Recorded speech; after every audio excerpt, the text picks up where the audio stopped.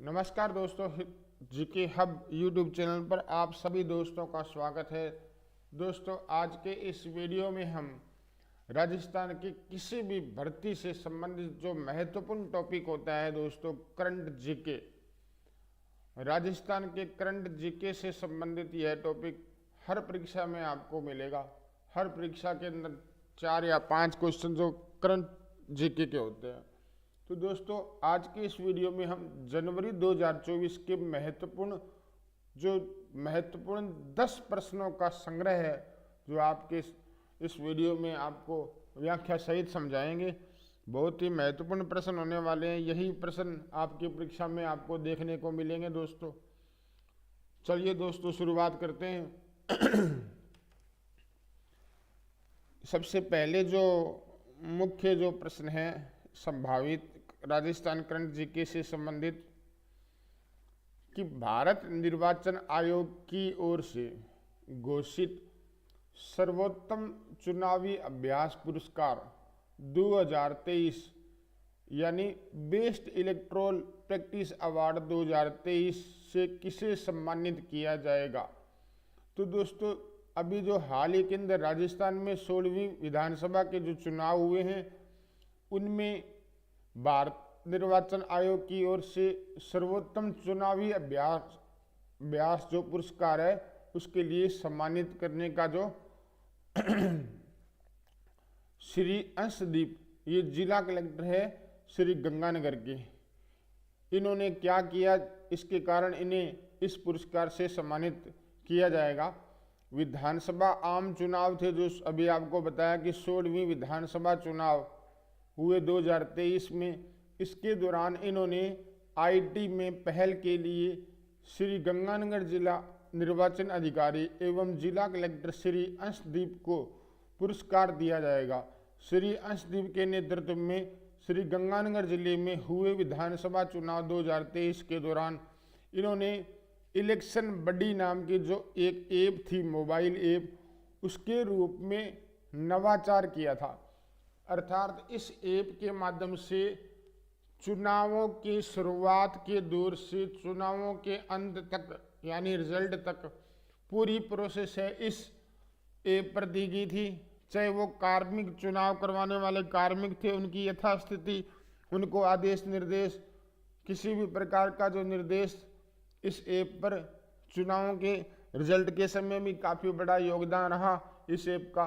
इसलिए भारत निर्वाचन आयोग ने सर्वोत्तम चुनावी अभ्यास पुरस्कार के रूप में अंशदीप, जो जिला कलेक्टर थे गंगानगर के, इनको सम्मानित करने का लक्ष्य रखा है। तो दोस्तों, दूसरा तथ्य यानी दूसरा प्रश्न जो संभावित आपकी परीक्षा के लिए, अगली स्लाइड पर ये देखिएगा दोस्तों। दूसरा प्रश्न जो है वो है कि बीकानेर में हाल ही के अंदर 12 से 14 जनवरी 2024 को आयोजित अंतर्राष्ट्रीय ऊंट उत्सव की थीम क्या थी। एक तो आपको ये ध्यान रखना है कि जो अंतर्राष्ट्रीय ऊंट उत्सव है जो राजस्थान में कहाँ मनाया गया, तो बीकानेर में, और कब मनाया गया, 12 से 14 जनवरी के बीच में। इसकी जो थीम थी आइकन्स ऑफ बीकानेर, अर्थात बीकानेर के प्रतीक। ज़्यादातर आप इस थीम को इंग्लिश में ही याद करें, आइकन्स ऑफ बीकानेर। हिंदी में जो थीम का जो ट्रांसलेटर कभी नहीं आता परीक्षा में। अभी हाल ही के अंदर 2024 में जो संयुक्त राष्ट्र संघ ने वर्ष 2024 को अंतर्राष्ट्रीय ऊंट वर्ष भी घोषित किया है। ये बात भी आपको ध्यान रखनी है दोस्तों, कि संयुक्त राष्ट्र संघ ने वर्ष 2024 को अंतर्राष्ट्रीय ऊंट वर्ष घोषित किया है दोस्तों। इसी प्रकार जो 2023 के अंदर जो संयुक्त राष्ट्र संघ ने 2023 के वर्ष को जो मिलेट्स के रूप में घोषित किया था। तो ये मिलेट्स क्या होते हैं, मोटा अनाज जिसे कहते हैं, जैसे बाजरा वगैरह, तो इस रूप में बनाने की घोषणा की थी और 2024 में अंतर्राष्ट्रीय ऊंट वर्ष घोषित किया है दोस्तों। अगला प्रश्न देखिएगा दोस्तों, इन्हीं प्रश्नों में से आपको परीक्षा में जरूर प्रश्न देखने को मिलेंगे। राष्ट्रपति द्रौपदी मुर्मू द्वारा राजस्थान की दिव्य कीर्ति सिंह को अर्जुन पुरस्कार से सम्मानित किया गया है। राष्ट्रपति ने प्रदेश के महावीर प्रसाद सैनी को किस खेल पुरस्कार से सम्मानित किया? तो दोस्तों, हाल ही के अंदर जो अर्जुन पुरस्कार से सम्मानित राजस्थान की जो दिव्य कीर्ति सिंह है, इनको अर्जुन पुरस्कार से सम्मानित किया गया है। और जो महावीर प्रसाद सैनी है, उनको भी सम्मानित किया गया था। तो इस बारे में प्रश्न पूछा गया है कि महावीर प्रसाद सैनी को किस खेल पुरस्कार से सम्मानित किया गया? तो द्रोणाचार्य खेल पुरस्कार। ये जो खेल प्रशिक्षक के लिए होता है, यानी कोच के लिए, कोच को दिया जाता है ये पुरस्कार, द्रोणाचार्य खेल पुरस्कार। अब ये भी ध्यान रखिएगा कि दिव्य कीर्ति सिंह जो है, इनको किस खेल के लिए अर्जुन पुरस्कार दिया गया था? तो ये किस खेल से संबंधित है? घुड़सवारी से संबंधित है। और महावीर स्वामी जो महावीर प्रसाद सैनी है, जो पैरा एथलेटिक्स में पुरस्कार नीमी श्रेणी में प्रदान किया गया है।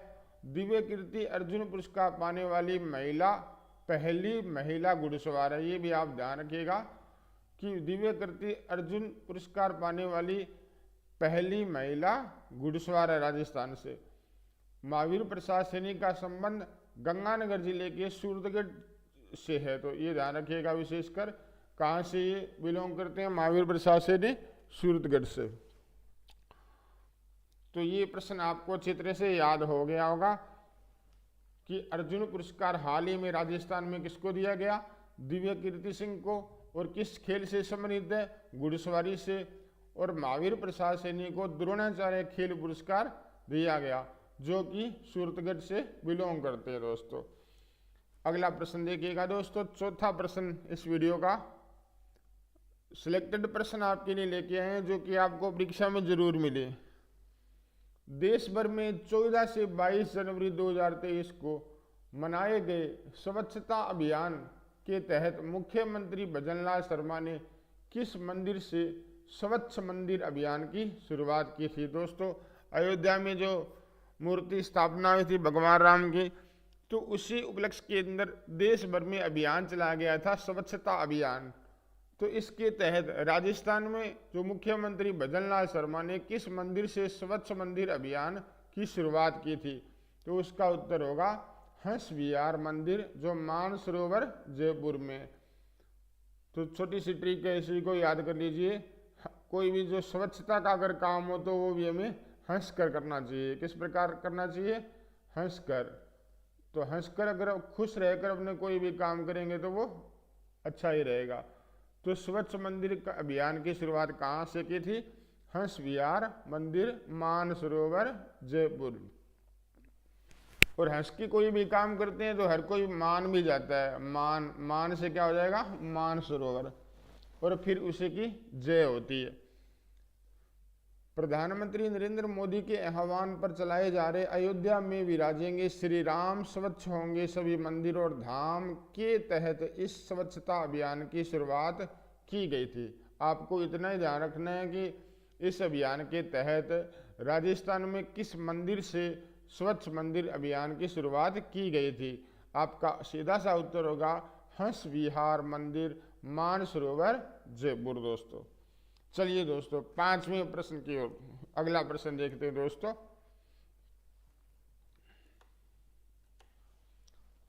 राजस्थान की नवगठित भजनलाल शर्मा की सरकार, ये जो प्रश्न है,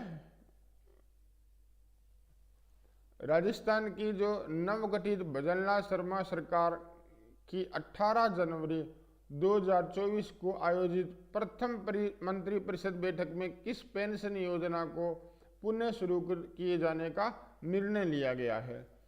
तो दोस्तों, जो पहली मंत्री परिषद की बैठक थी राजस्थान सरकार की, जो अभी हाल ही के अंदर नवनिर्मित सरकार है, 18 जनवरी को, ये आप तारीख भी ध्यान रखना, 18 जनवरी, इसको किस पेंशन योजना को पुनः शुरू किए जाने का निर्णय लिया गया? बहुत ही महत्वपूर्ण प्रश्न है दोस्तों। 100% आपको ये जो परीक्षा में मिलेगा आपको।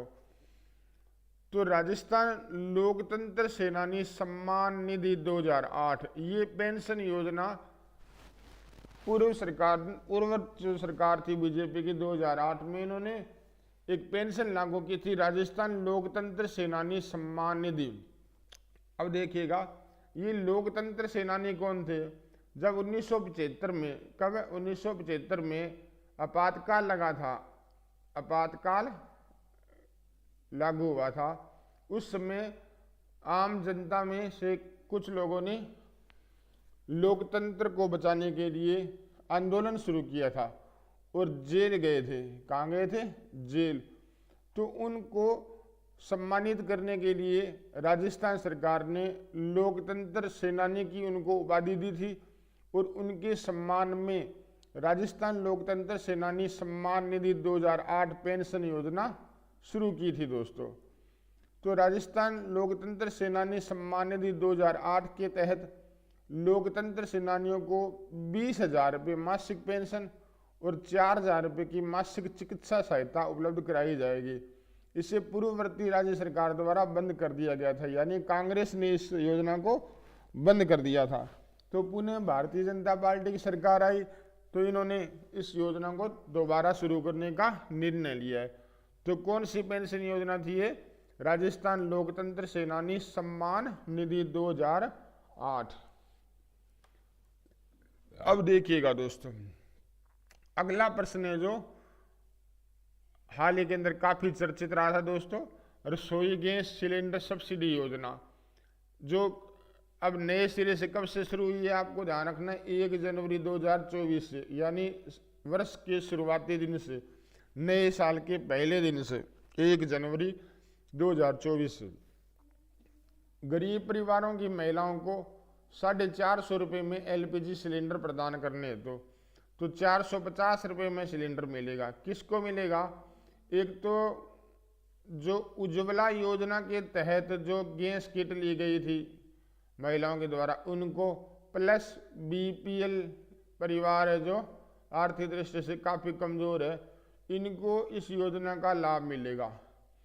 और प्रत्येक परिवार को 1 महीने में अधिकतम 1 गैस सिलेंडर पर सब्सिडी दी जाएगी, यानी कि 1 वर्ष में 12 सिलेंडर अधिकतम सब्सिडी के तहत ये परिवार ले सकते हैं, उज्ज्वला परिवार और BPL परिवार।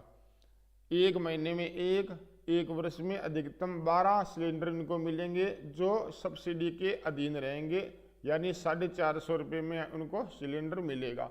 इसके अलावा अगर वो सिलेंडर लेते हैं तो उसका पूरा जो प्राइस है, जो दर है, वो उनको देनी होगी। चलिए दोस्तों अगले महत्वपूर्ण प्रश्न की ओर। 8वां जो प्रश्न है दोस्तों, ये भी काफी महत्वपूर्ण है। राजस्थान में विश्वविद्यालय का कौन सा स्थापना दिवस 8 जनवरी 2024 को मनाया गया दोस्तों? राजस्थान विश्वविद्यालय का जो अभी स्थापना दिवस मनाया गया था दोस्तों 78वां, ये ध्यान रखिएगा। कौन सा ये? 78वां। तो 8 जनवरी 1947 ईस्वी को राजस्थान विश्वविद्यालय की स्थापना की गई थी।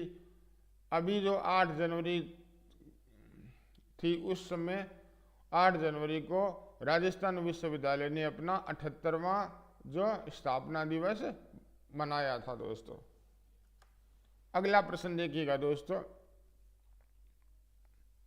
उप मुख्यमंत्री दिया कुमारी जी तथा महिला एवं बाल विकास मंत्री दिया कुमारी के निर्देशानुसार प्रदेश में कितने मॉडल आंगनबाड़ी केंद्र तैयार किए जाएंगे? तो घोषणा की है दिया कुमारी जी ने 50। इसकी संख्या कितनी है दोस्तों? 50। एक तो आप ध्यान रखिएगा, उप मुख्यमंत्री दिया कुमारी जी है जो वित्त मंत्री, राजस्थान के राज्य वित्त मंत्री, और इनके पास महिला एवं बाल विकास मंत्री का भी इनके पास पद है। तो दोनों का इस ध्यान रखिएगा। इन्होंने जो 50 मॉडल आंगनबाड़ी केंद्र तैयार करने की घोषणा की थी।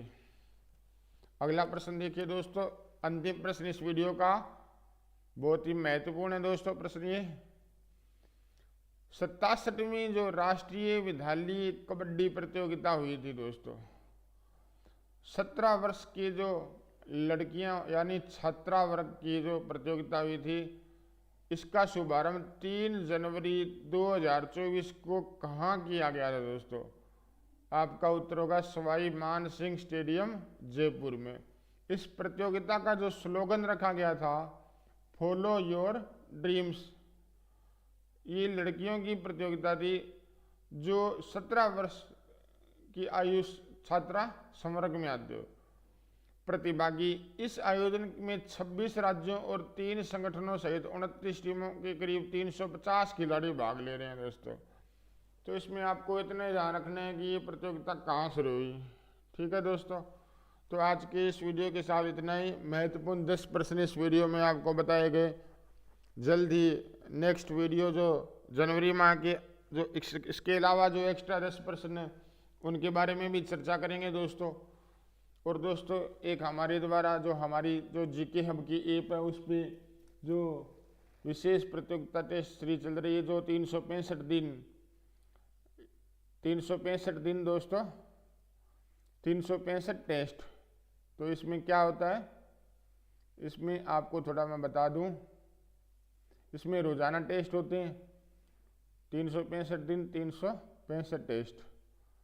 मात्र 499 रुपये इसकी फीस रखी गई है दोस्तों। आप इस सीरीज को ज्वाइन कर सकते हो। इसके अलावा हमारी जो वेबसाइट है दोस्तों www.gkhub.in, इस पर भी आप राजस्थान से जुड़ी पाठ्य सामग्री जो उसका अध्ययन कर सकते हो दोस्तों। तो आज का प्रश्न देखिएगा दोस्तों, आप कमेंट बॉक्स में ज़रूर इस प्रश्न का उत्तर दीजिएगा।